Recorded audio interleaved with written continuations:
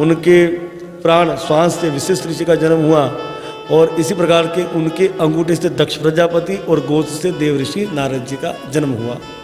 तो ये 10 ऋषि जन्मे।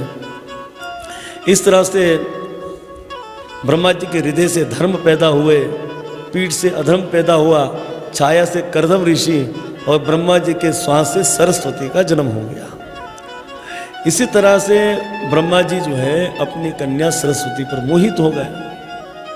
उस समय इनके जो ऋषि पुत्र थे, रुद्र थे आदि, उन्होंने कहा देखो पिताजी, आपसे पहले जो ब्रह्मा जी आए हैं उन्होंने अपनी कन्या पर कभी कुदृष्टि नहीं डाली है, यह अपराध है, आपको ऐसा नहीं करना चाहिए।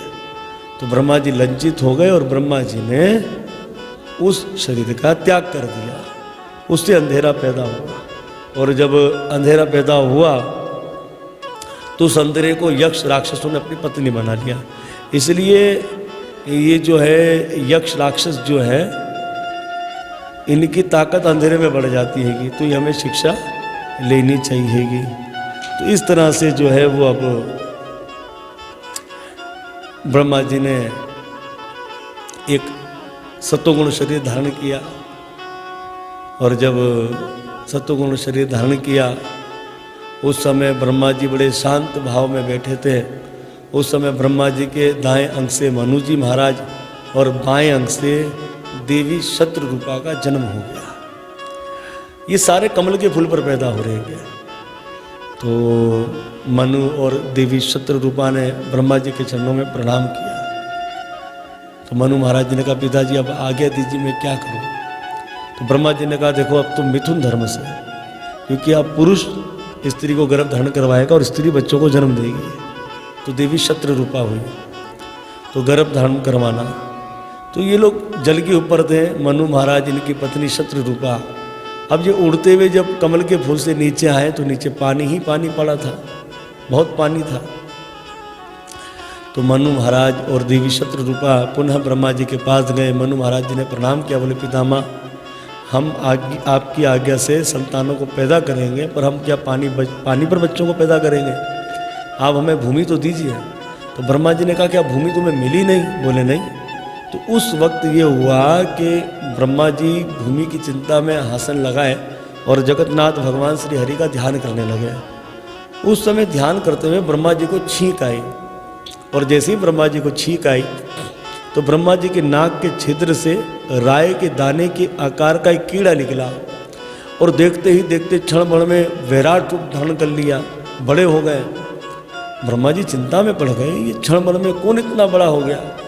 उस समय ऋषियों ने, रुद्रों ने कहा कि पितामह आपने किनका ध्यान किया था? भगवान का किया था, ये भगवान तो है। तो उस समय भगवान का अवतार हुआ वराह अवतार। भगवान गरज कर रहे थे। भगवान ने ब्रह्मा जी को कहा चिंता मत करो, भूमि को हिरणाक्ष लेकर चला गया, मैं अभी भूमि लेकर आता हूँ। भगवान ने वराह अवतार लिया, कमल के फूल से कूदे और सूअर अवतार धारण किए। भगवान जल में घुस गए और भगवान सूंघते हुए जा रहे। देखो भक्त और भगवान दोनों ही सूंघने से उनके पास पहुँचते हैं। श्रीमद् भागवत महापुराण के 11वें स्कंद में आप देखना कि जब भगवान श्री कृष्ण एकांत में वन में बैठे थे उस समय दारुक जी सूंघते सूंघते भगवान को गए, क्योंकि जब तुलसी मंजारी की सुगंध आ रही थी तो वहीं भगवान मिलेंगे, तो सूंघते सूंघते जा रहे थे। और यहाँ भी हमें शिक्षा लेनी चाहिए। वो शिक्षा ये लेनी चाहिए कि भगवान भी अपनी भक्त भूमि को सूंघते सूंघते जा रहे हैं। भगवान सूंघते सूंघते गए और भगवान ने देखा कि गंध गोबर के अंदर ये भूमि पड़ी थी। तो भगवान ने अपने दांतों पर भूमि को उठा लिया, और जब भगवान ने अपने दांतों पर भूमि को उठाया तो भूमि ऐसा गेंद की तरह डोलकर भगवान के होठों से चिपक गई। तो यहाँ वरा पुराण में अपने राम ने पढ़ा, तो यहाँ लिखा है कि भूमि ने कहा कि प्रभु लोग मुझ पर मलमूत्र करते हैं, मुझ पर कष्ट देते हैं मुझे, और आपने तो मुझे होठों से लगा लिया। तो वही वर्णन है कि जब भूमि भगवान के होठों से लगी थी तो भूमि गर्भवती हो गई थी, और उस समय भूमि ने एक पुत्र को जन्म दिया था जिसका नाम था भौमासुर, और दूसरा नाम उसका नरकासुर था।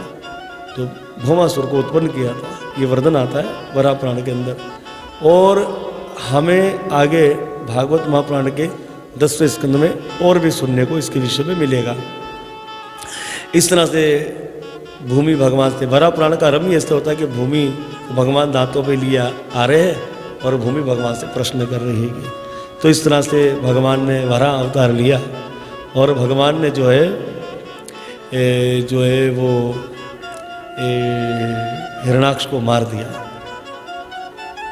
अब जब हिरणाक्ष को भगवान ने मारा, भूमि को स्थापित कर दिया, तो मैत्र ऋषि महाराज जी के मुख से ये सुना जब विदुर जी ने, तो विदुर जी ने मैत्र ऋषि से कह दिया कि भगवान हिरणाक्ष कौन है और भगवान ने ही से क्यों मारा, और कोई मारने वाले नहीं थे क्या। ये सुनकर मैत्र ऋषि मुस्कुराए। मैत्र ऋषि ने विदुर जी से कहा कि मैं तुम्हारे स्वभाव को जानता हूँ, तुमने जो इतना सा भगवान का भरा चरित्र सुना, तुम्हारा मन भरा नहीं है। तुम भगवान के भरा चरित्र को विस्तार से सुनना चाहते हो और तुम्हारे मन के भाव को देखते हुए हमसे भी रहा नहीं जा रहा। अब मैं तुम्हें भगवान वराह का चरित्र विस्तार से कहेंगे। तो अब जो है वो बड़ा सुंदर विस्तार से कह रहे हैं भगवान के वराह अवतार का चरित्र संत मैत्री ऋषि। एक समय क्या हुआ कि जो कश्यप ऋषि की जो पत्नी है माता दीति, संध्या का समय था, तो माता दीति ने कश्यप ऋषि से कहा कि मुझे जो है वो शक्तिशाली पुत्र चाहिए। तो कश्यप ऋषि ने कहा देखो तुम मेरी पत्नी हो और तुम्हारी ही वजह से मैं अपनी इंद्रियों को काबू करता हूँ, अपनी इच्छाओं को पूर्ण करता हूँ, तो मैं तुम्हारी इच्छा पूर्ण करूँगा, पर इस समय संध्या बेला है। तो इस समय संध्या के समय भगवान भूत भावन महादेव अपनी पत्नी उमा को लिए अपने गणों के संग रमण करते घूमते हैं। तो कोई उन्हें सोते खाते मिथुन करते हुए यानी कि संतान उत्पत्ति के कार्य में अगर कोई नज़र आ जावे या पढ़ते तो उन्हें श्राप दे देते हैं। ये भक्तों में शिक्षा लेनी चाहिए भागवत से। संध्या में सोने वाले को आँखों का रोग होता है, संध्या में सोने वाले की लक्ष्मी चली जाती हैगी, क्योंकि संध्या के समय जो लक्ष्मी उल्लू पर घूमती हैगी इसलिए उसकी लक्ष्मी चली जाती है, हमें उल्लू बना देती हैगी। और वैसे भी हम वैष्णव लोग लक्ष्मी जी का अकेले में पूजन नहीं करते, हम वैष्णव लक्ष्मी जी का उनके पति नारायण के संग पूजन करते हैं, क्योंकि अकेले लक्ष्मी जी की जो सवारी वाहन जो है वो उल्लू है और उनके पति नारायण के संग उनकी जो सवारी है वो है गरुड़ जी। तो इसलिए संध्या में सोना नहीं चाहिए, भोजन नहीं करना चाहिए, उनके पूर्वज रुट जाते हैं, पेट की बीमारियां हो जाती है, आँखों का रोग हो जाता है। संध्या में पढ़ने वाले की मेमोरी जो बुद्धि होती है वो कम हो जाती है। संध्या का समय जाने देना चाहिए। अगर कोई संध्या के समय संतान उत्पत्ति के कार्य करता है तो उसके अंदर भी हमको शिक्षा लेनी चाहिए।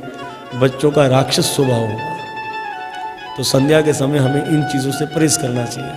संध्या चली जाए लगभग जैसे कि संध्या के आप 15 मिनट तो इस सब चीज़ों से परहेज करें। कुछ बच्चे संध्या में पढ़ते हैं, हाँ धर्म कार्य करो संध्या के समय, गीता भागवत रामायण आदि ग्रंथों को पढ़ो, पर दुनियावी तालीम से थोड़ा रोक देना 15 मिनट के लिए। तो हमें शिक्षा लेनी चाहिए। जब हमारे धर्म ग्रंथों में लिखा है तो ये बात गलत नहीं हो सकती। भगवान वेदव्यास जी कभी भी गलत बात नहीं करेंगे, भगवान वेदव्यास जी हमें सही बताएंगे। इसलिए हमें वेदव्यास जी के ग्रंथों को सुनना चाहिए और जो वेदव्यास जी के उन बातों को मानना चाहिएगा, इसी में हमारा कल्याण होगा। तो कश्यप ऋषि माता दीति को यही कह रहे हैं, संध्या का समय जाने दो, रात्रि का समय आने दो, मैं तुम्हारी इच्छा पूर्ण करूँगा। दीति नहीं मानी, संध्या के समय अपनी इच्छा को पूर्ण करवा लिया।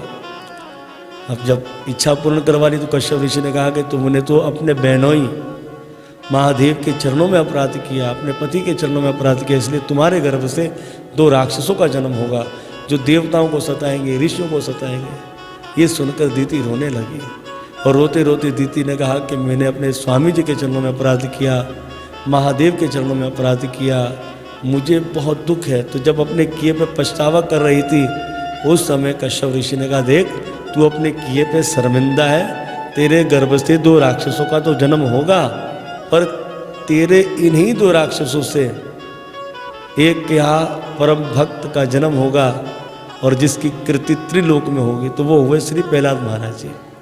अब दीति को पता लगा कि ये मेरे बच्चे ऋषियों को देवताओं को कष्ट देंगे, तो दीति ने दिव्य 100 वर्षों तक इन बच्चों को जन्म नहीं दिया, अपने पेट में रखा, जन्म नहीं देना चाह रही थी। हुआ ये कि जब ये पेट में आ गए और इससे क्या हुआ कि देवताओं का तेज घट गया। देवताओं का श्वास लेना मुश्किल हो गया। सारे देवता घबराकर ब्रह्मा जी के पास गए और ब्रह्मा जी से कहा कि पितामह ये कौन ऐसा तप कर रहा है जिसके तप से हमारा ब्रह्म तेज घटता जा रहेगा। ब्रह्मा जी मुस्कुराए।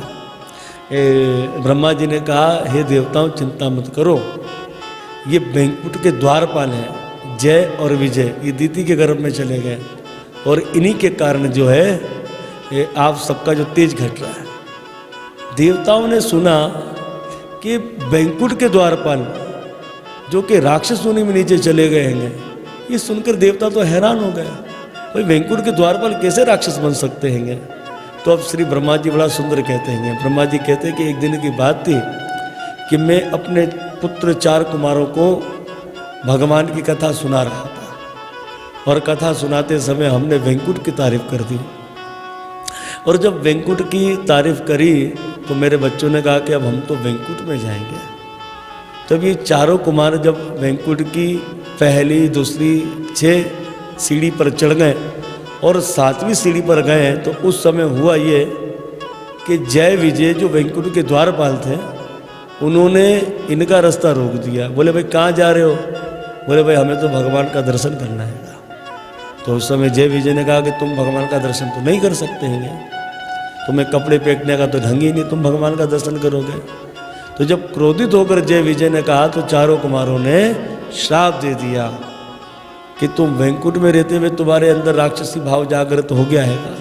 हाँ, भगवान के दर्शन के लिए कोई किसी को प्रतिबंध नहीं है, सब भगवान का दर्शन कर सकते हैं, इसलिए अब तुम्हें नीचे राक्षस योनि में जाना पड़ेगा। तो इस तरह से 4 कुमारों के द्वारा श्रापित हुए और जय विजय को नीचे माता दीति के गर्भ में आना पड़ा और हिरणाक्ष और हिरण्याकाशी को बनना पड़ा।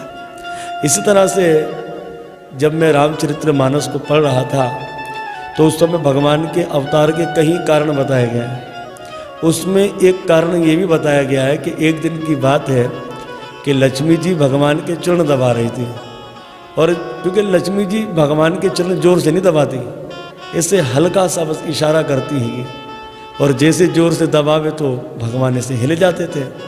तो लक्ष्मी जी के मन में एक संदेह, एक शक हुआ कि ये पता नहीं शक्तिशाली है कि भी नहीं। ये अपने आप में कहते कि मैं बहुत शक्तिशाली हूँ, पहाड़ की चट्टान मेरे आगे कुछ नहीं, लोहे की शिला मेरे आगे कुछ नहीं। तो लक्ष्मी जी के मन में एक संदेह हुआ, पता नहीं शक्तिशाली है या नहीं। तो अपनी पत्नी के इस शक को दूर करने के लिए भगवान ने सोचा, लो बाहर मेरी बड़ी इज्जत है और घर में कोई इज्जत ही नहीं, अब क्या करना चाहिए। तो भगवान ने विचार किया कि मुझे अपनी पत्नी को अपनी शक्ति दिखानी चाहिए। तो उस समय भगवान की इच्छा हुई और भगवान की माया से हुआ क्या कि ब्रह्मा जी ने बैंकुट की तारीफ करी और बैंकुट की तारीफ करी तो 4 कुमारों की इच्छा हो गई बैंकुट में भगवान का दर्शन करने की और भगवान की इच्छा से ही जय विजय की बुद्धि घूम गई, 4 कुमारों की बुद्धि घूम गई और 4 कुमारों ने जय विजय को श्राप दे दिया और जय विजय ने ही बुद्धि घूमने के कारण इन 4 कुमारों का रास्ता रोक दिया था। तो ये सब भगवान की इच्छा से हुआ कि वो अपनी पत्नी को अपनी शक्ति दिखाना चाह रहे थे। इस प्रकार से भगवान वहाँ लेटे थे, भगवान ने देखा अरे काम तो हो गया। अब भगवान जो है बैंकुट के अंदर से उठे आ रहे हैं, लक्ष्मी जी उनके संग, वहाँ के मोर पक्षी तोता आदि सब भगवान की स्तुति करते हुए दिव्य स्वागत के संग भगवान को लेकर आ रहे हैं। भगवान को जो छाता लगा रखा था ना वो सफ़ेद था, उसमें मणियाँ जड़ी थी, कई कीमती मणियों का नाम श्री सुखदेव जी नाम ले रहे हैं। इस तरह से जब भगवान आए 4 कुमारों ने भगवान का दर्शन किया तो भगवान के चरणों में गिर गए। जब 4 कुमार भगवान के चरणों में गिरे तो ये तुलसी मंजारी होती है भगवान के चरणों में रखते हैं, तो तुलसी मंजारी की सुगंध जब 4 कुमारों के नासिका से अंदर गई तो रोने लगे कि प्रभु हमें क्षमा करना, हमसे पाप हो गया, हमने आपके द्वारपालों को श्राप दे दिया कि उन्हें नीचे मृत्यु लोक में राक्षस योनि में जाना पड़ेगा। उस समय भगवान मुस्कुराए।